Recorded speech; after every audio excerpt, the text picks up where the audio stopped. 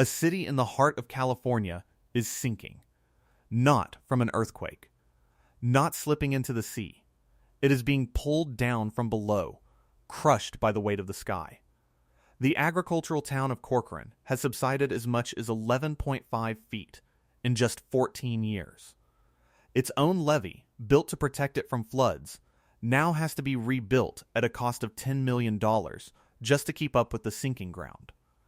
Well casings are being compacted into scrap metal hundreds of feet underground.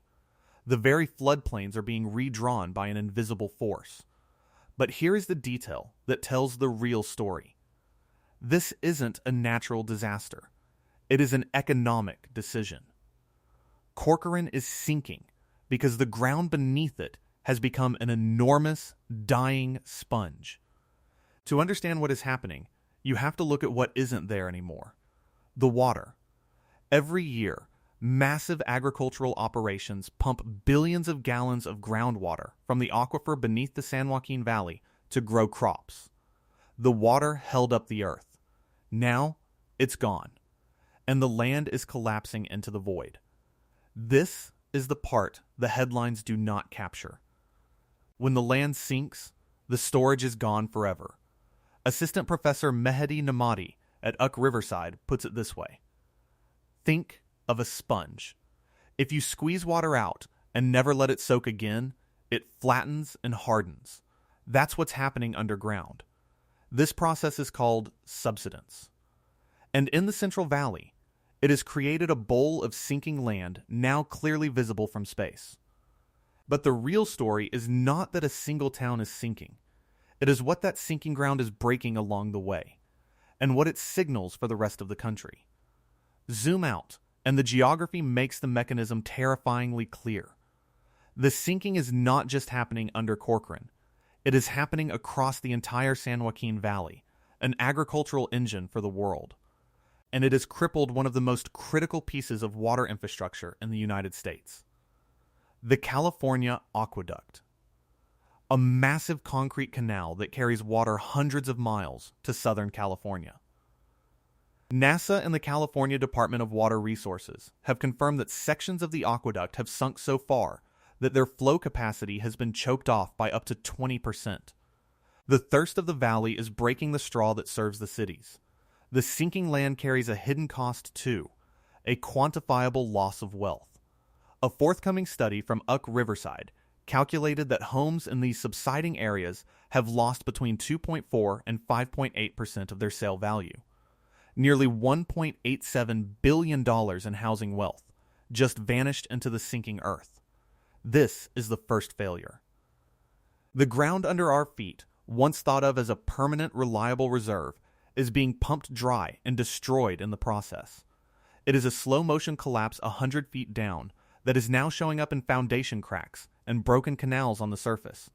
And Corcoran is not an anomaly. It is a postcard from the future.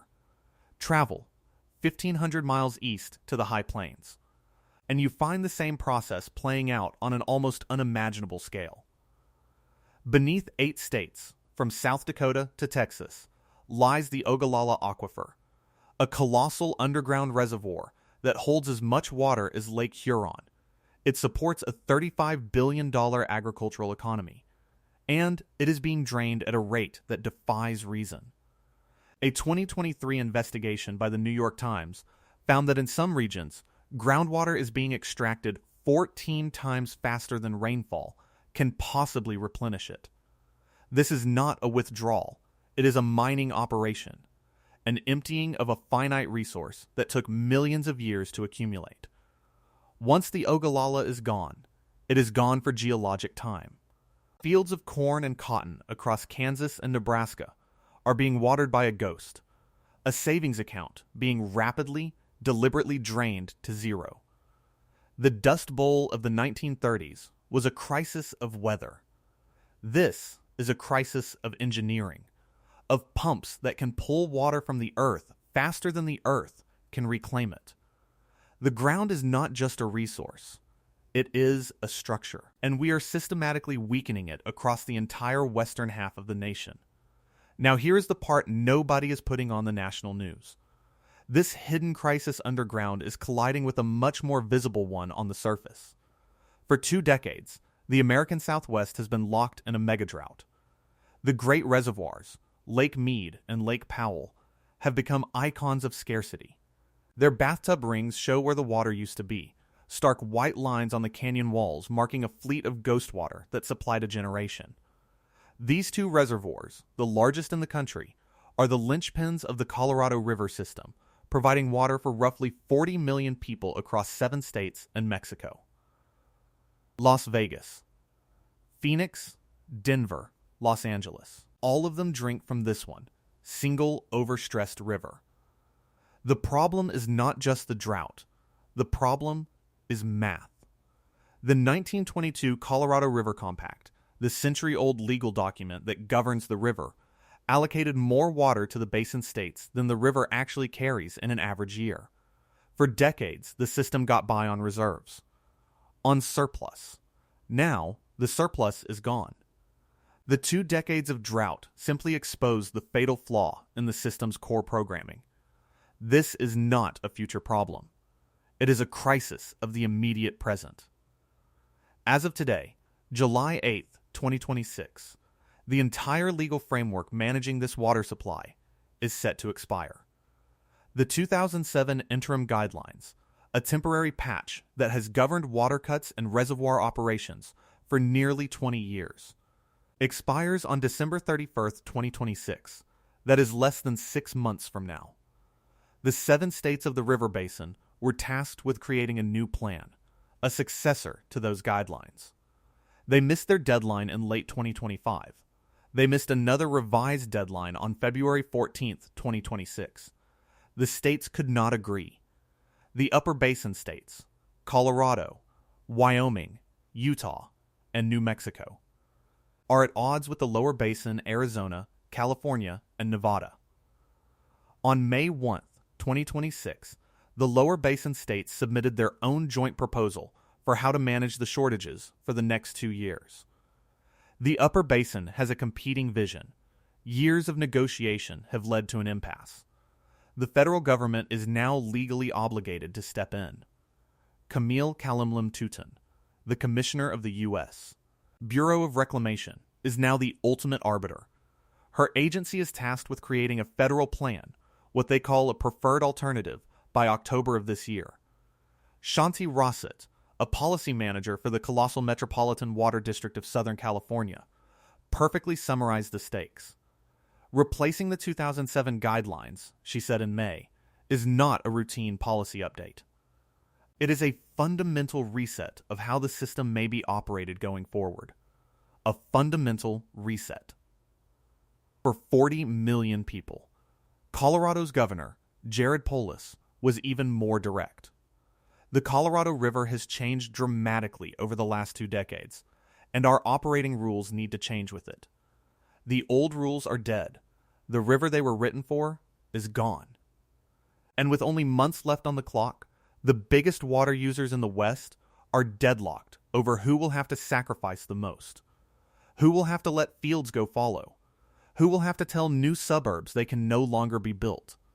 These are the questions the Bureau of Reclamation now has to answer. Because the river no longer can. So we have the ground collapsing from below. We have the rivers drying up from above. But there's a third, invisible crisis happening right now. It's the system that connects the water to your home. And it is shattering. Across the United States, there are 2.2 million miles of underground drinking water pipes. Much of this network was laid in the first half of the 20th century. It is aging. It is brittle. And it is failing. According to a 2023 report from Utah State University, there are between 240,000 and 260,000 water main breaks every single year in the U.S. and Canada. Do the math. That is one pipe bursting somewhere in this country every 2 minutes. Think about that. Every 2 minutes, a geyser of chlorinated, treated, precious drinking water erupts from the ground. It floods a street. It undermines a road. It forces a boil water advisory. The American Society of Civil Engineers gives our nation's drinking water infrastructure a grade of C-, a barely passing grade. The result of this systemic failure? 6 billion gallons of treated drinking water are lost. Every single day, not to evaporation, not to overuse, lost to leaks. Poured directly into the dirt through a network of cracked and decaying pipes that we can no longer see and have failed to maintain. It is the single greatest waste of a resource we are simultaneously fighting over. A river's worth of water disappearing beneath our feet daily. The cost to replace just the pipes already past their useful life is estimated at $452 billion. Money that most cities simply do not have. So the breaks continue. 1 every 2 minutes, an unseen, ticking clock of decay. And this leads to the most immediate threat of all, not the quantity of water, but its quality. The breakdown of this system isn't just about loss, it's about contamination. The city of Flint, Michigan became a national symbol for this nightmare. In 2014, a switch in water source, combined with aging pipes and a failure of government, unleashed a torrent of lead into the drinking water of nearly 100,000 people. A generation of children exposed to a neurotoxin. Today, in early 2026, a full decade after the state of emergency was declared, the first payments from a $626.25 million settlement are finally reaching the residents. The water itself has tested within federal limits for years, the latest tests in early 2026 showing lead levels at 6 parts per billion, well below the 15 ppb action level. But the trust is gone. The psychological damage is permanent. Flint is not just a story about lead. It is a story about what happens when public faith in the most basic of public services, the water from the tap, is irrevocably broken.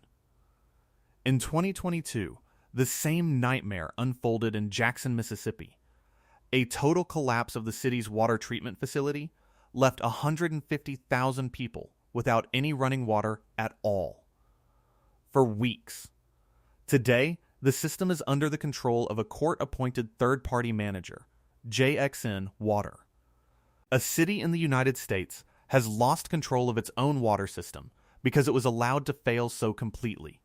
But lead is a legacy poison, a known enemy. Now, a new class of chemical contaminants is at the center of a furious battle. Per- and polyfluoroalkyl substances, FOS, known as forever chemicals, because they do not break down in the environment or in the human body. They are found in everything from non-stick pans to firefighting foam, and they have been found in drinking water systems across the entire country. On April 10, 2024, the Environmental Protection Agency, under then Administrator Michael Regan, did something historic. It established the first ever legally enforceable national drinking water standard for FOS compounds. Specifically, the limit for 2 of the most notorious chemicals, FOA and FOS, was set at an incredibly strict 4 parts per trillion. Water utilities were given until 2029 to comply. It was hailed as one of the most significant public health actions in decades. That was 2024. This is 2026. The EPA has a new administrator, Lee Zeldin, confirmed in January 2025, and his agency is now actively working to unwind those rules. On May 18, 2026, the EPA proposed 2 rule changes. The first would extend the compliance deadline for water systems by 2 years, from 2029 to 2031. The second proposal is even more radical. It seeks to completely rescind the federal limits for 4 other FOS compounds that were part of the original 2024 rule, PFHXS Plana Spoda, also known as Gen X, and the Combined Hazard Index for chemical mixtures. Suddenly, a public health victory is caught in a storm of regulatory whiplash. Just yesterday, on July 7, 2026, the EPA held a virtual public hearing on these proposed rollbacks.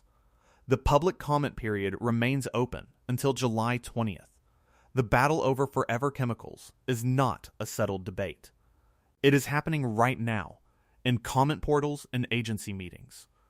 While the chemicals themselves continue their silent, invisible migration through the nation's aquifers, toward the municipal wells that serve millions who have no idea this fight is even happening.